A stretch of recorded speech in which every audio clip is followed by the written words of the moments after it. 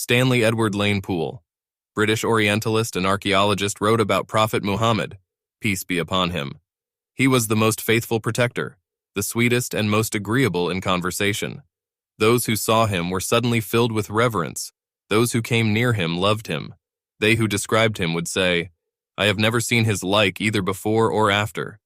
He was of great taciturnity, but when he spoke it was with emphasis and deliberation, and no one could forget what he said. Alfonso de Lamartine.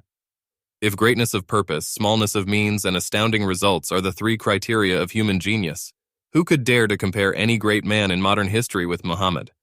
The most famous men created arms, laws, and empires only.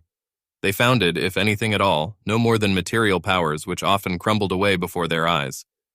This man moved not only armies, legislation, empires, peoples, and dynasties, but millions of men in 1/3 of the then inhabited world. And more than that, he moved the altars, the gods, the religions, the ideas, the beliefs and souls. His forbearance and victory, his ambition, which was entirely devoted to one idea and in no manner striving for an empire, his endless prayers, his mystic conversations with God, his death and his triumph after death, all these attest not to an imposture but to a firm conviction which gave him the power to restore a dogma.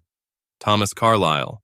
The famous English philosopher Thomas Carlyle devoted a chapter in his book Heroes and Hero Worship on the Prophet of Islam, peace and blessings be upon him, which he entitled The Hero as a Prophet, Muhammad Islam. In this chapter he counted the Prophet, peace and blessings be upon him, among the greatest 7 figures in history.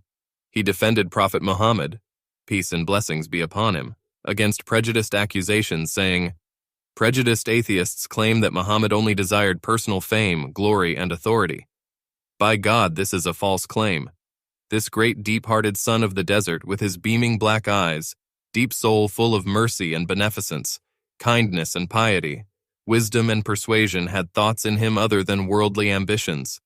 How can this not be when he had a silent great soul? He was one of those who cannot but be in earnest."